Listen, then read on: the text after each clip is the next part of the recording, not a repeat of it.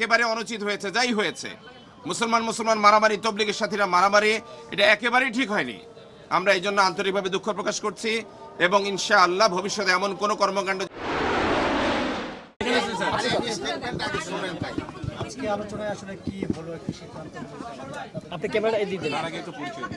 আমার নাম রেজা আরিফ, আমি নিজামুদ্দিন মার্কাজের অনুসারীদের পক্ষ থেকে বলছি।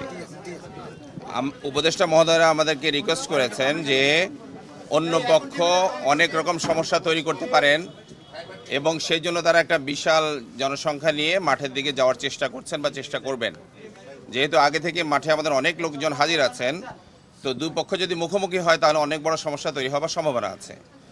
ওনাদের এই অনুরোধটাকে কনসিডার করে আমরা মাঠ ছেড়ে দেওয়ার সিদ্ধান্ত নিয়েছি যেন কোনো রকম সমস্যা তৈরি না হয়। কারণ অতীতে আমরা সরকারের সমস্ত কথা রেখেছি, এইবারও আমরা সরকারের এই কথাটাকে সম্মান করছি। আমরা কোনো রকম সমস্যা তৈরি না হয়, শান্তিপ্রিয় দল হিসেবে আমরা সেটাকে ছেড়ে দিচ্ছি।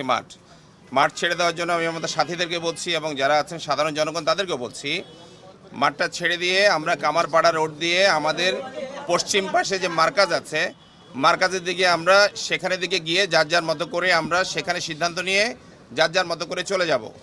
আর এই কামারপাড়া দিয়ে বের হওয়ার জন্য, ব্রিজ দিয়ে বের হওয়ার জন্য যাবতীয় আইনশৃঙ্খলা রক্ষাকারী বাহিনী যাবতীয় সহযোগিতা আমাদেরকে করবেন, ওনারা ওখানে সেফটি সিকিউরিটি এনশিওর করবেন। আর এখন এখানে সিদ্ধান্ত হয়েছে সরকার নিজ দায়িত্বে মাঠটা নিয়ে নেবেন, কেউ মাঠের মধ্যে থাকবে না। যেহেতু আমরা সকাল ভোর থেকে এখানে আছি, আমরা এখনই ছেড়ে দিচ্ছি, ওনারাও মাঠে ঢুকবেন না, আমরাও মাঠের মধ্যে ঢুকবো না।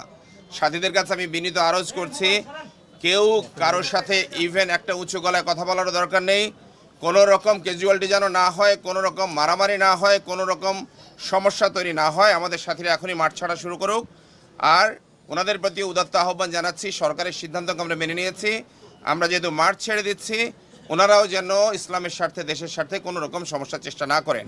ওনারাও যেন রাস্তার মধ্যে নেমে না আসেন বা কোনো উস্কানিমূলক বক্তব্য প্রচার না করেন। অ্যাজ ওয়েল অ্যাজ আমাদের পক্ষে সবাইকে বলছি, কেউ যেন কোনো রকম উস্কানিমূলক টেক্সট দেয়া থেকে শুরু করে কোনো রকম ভয়েস দেয়া, কোনো রকম লাইভে যাওয়া, ভুলও আপনারা এটা করবেন না। দেশ অনেক রকম অস্বস্তিকর অবস্থার মধ্যে পড়ছে, ইসলামের সুনাম নষ্ট হচ্ছে। আল্লাহর ওয়াস্তে এই কাজটা করা থেকে উভয় পক্ষ বিরত থাকবেন, দুইজনের কাছে আকুল আবেদন করছি। ধন্যবাদ। যারা মারা গেছেন, আহত হয়েছেন, কোন পক্ষের কে ছিলেন না ছিলেন, এগুলো চেয়ে এই মুহূর্তে অনেক বেশি জরুরি। যারা মারা গেছেন আল্লাহ তাদেরকে মাফ করে দিন।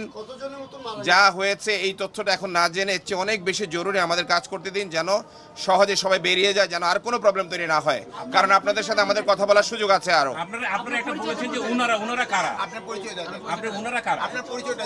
আমি শুরুতে বলেছি, আমি নিজামুদ্দিনের পক্ষ থেকে বলছি, মানব সাদ সাহেবের অনুসারী। আর জুবাইরপন্থী নামে পরিচিত যারা আছেন, তারা কিছু লোকজন একত্রিত করেছেন মাঠে আসার জন্য, তারা যেন না আসেন, এটুকু বলতে চাই। জি, সাতপন্থীর অনুসারী।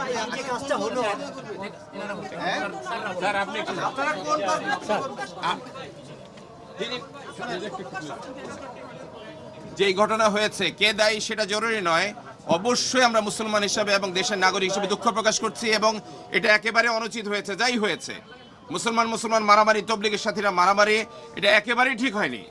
আমরা এই জন্য আন্তরিকভাবে দুঃখ প্রকাশ করছি এবং ইনশাআল্লাহ ভবিষ্যতে এমন কোনো কর্মকাণ্ড যেন না হয়, যাবতীয় চেষ্টা আমাদের থাকবে ইনশাআল্লাহ। সাতপন্থের অনুসারী আপনাদের কয়জন মারা গেছেন? আপনাদের আমি মাঠে ছিলাম না রাতে, আমাকে খবর নিয়ে বলতে হবে।